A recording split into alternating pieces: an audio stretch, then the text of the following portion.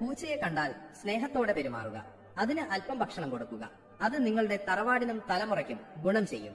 ഇനി കാര്യത്തിലേക്ക് കിടക്കാം. പൂച്ചകൾ സ്ഥിരമായി വരുന്ന വീടുകളിൽ അല്ലെങ്കിൽ പൂച്ചകളെ സ്നേഹിക്കുന്ന വീടുകളിൽ പ്രത്യേക സ്വഭാവമുള്ള ഒരാൾ ഉണ്ടാകുമെന്ന് പറഞ്ഞല്ലോ. ആ വ്യക്തിയുടെ ഒന്നാമത്തെ പ്രത്യേകത അവർ വലിയ പരോപകാരികളായിരിക്കും എന്നതാണ്.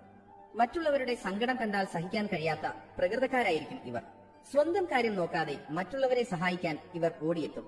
വഴിയരികിൽ ആരെങ്കിലും കഷ്ടപ്പെടുന്നത് കണ്ടാൽ അല്ലെങ്കിൽ അറിയാവുന്ന ആർക്കെങ്കിലും ഒരു ആപത്ത് വന്നാൽ രണ്ടാമതൊന്ന് ആലോചിക്കാതെ സഹായിക്കുന്നവരാണിവർ.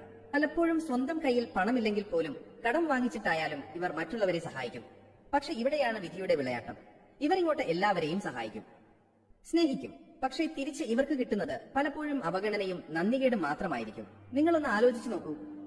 നിങ്ങളുടെ വീട്ടിൽ പൂച്ച വരാറുണ്ടെങ്കിൽ ആ വീട്ടിൽ ഇങ്ങനെ ഒരാളില്ലേ, എല്ലാവർക്കും വേണ്ടി കഷ്ടപ്പെടുന്ന, എന്നാൽ ആരിൽ നിന്നും തിരിച്ച് ഒന്നും കിട്ടാത്ത ഒരാൾ.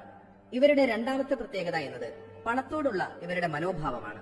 ഇവർക്ക് പണം പിശുക്കി വെക്കാൻ അറിയില്ല. കയ്യിൽ പണം വന്നാൽ അത് അപ്പോൾ തന്നെ